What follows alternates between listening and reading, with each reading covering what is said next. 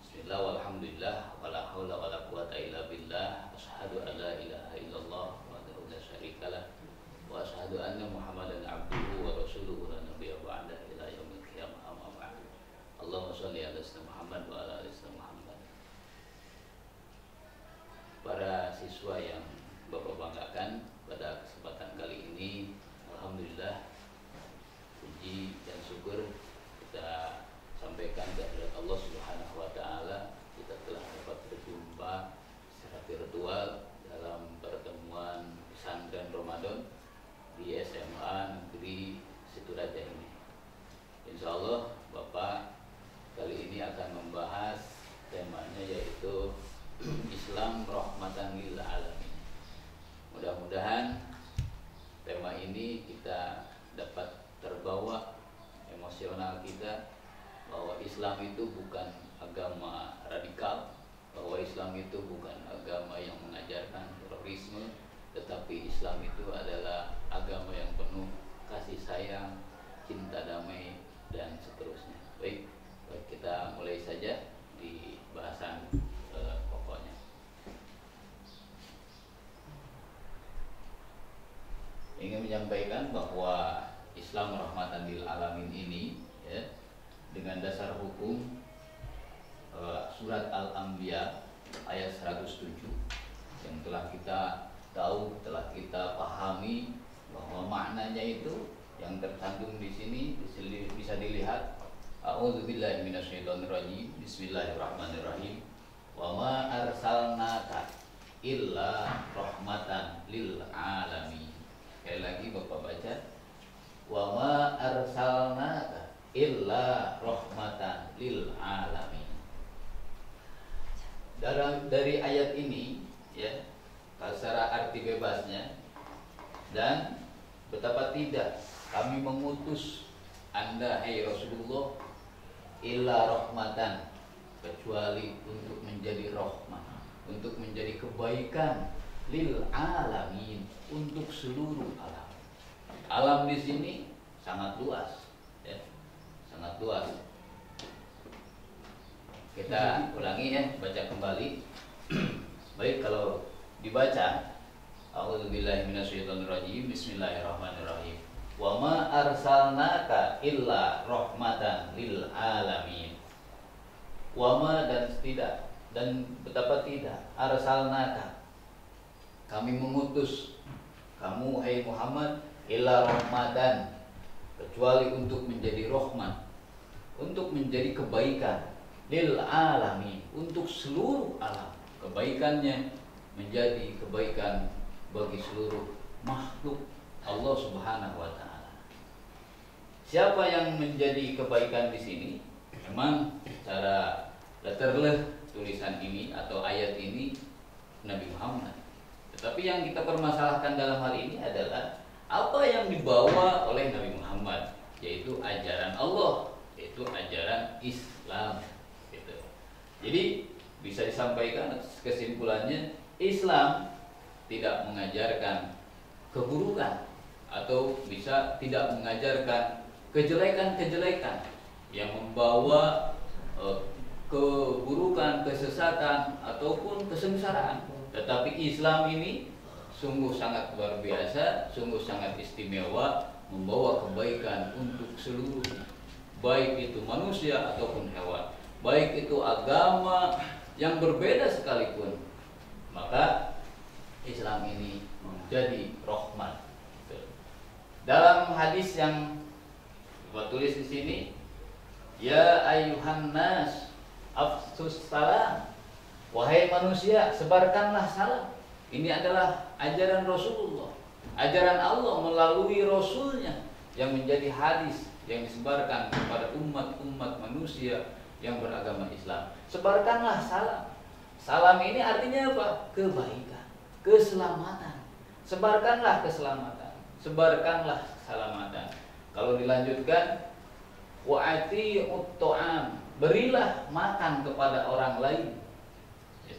Jadi harus ada dalam diri agama Islam atau dalam diri pemeluk agama Islam jiwa saling tolong menolong. Kalau dilanjutkan, di saat orang yang sedang tidur niscaya kalian akan masuk surga dengan selamat.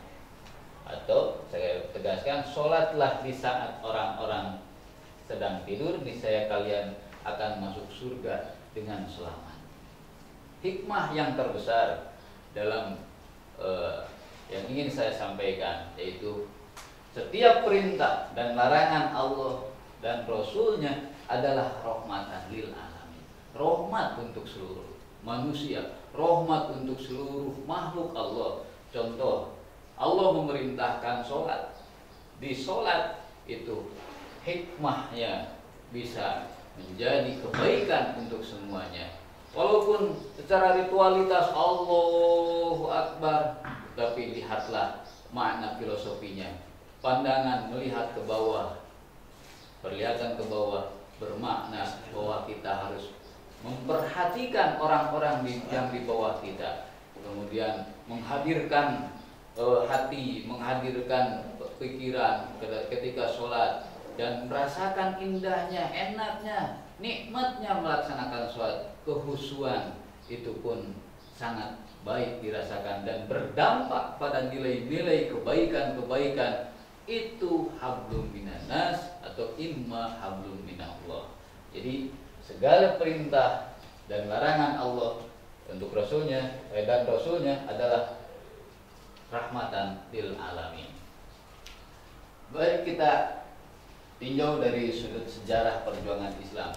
Islam ya dimusuhi orang kafir. Ketika Islam datang, Rasul menjadi utusan Allah, Nabi menjadi Rasulullah, maka Rasul pun berkewajiban untuk mendakwahkannya.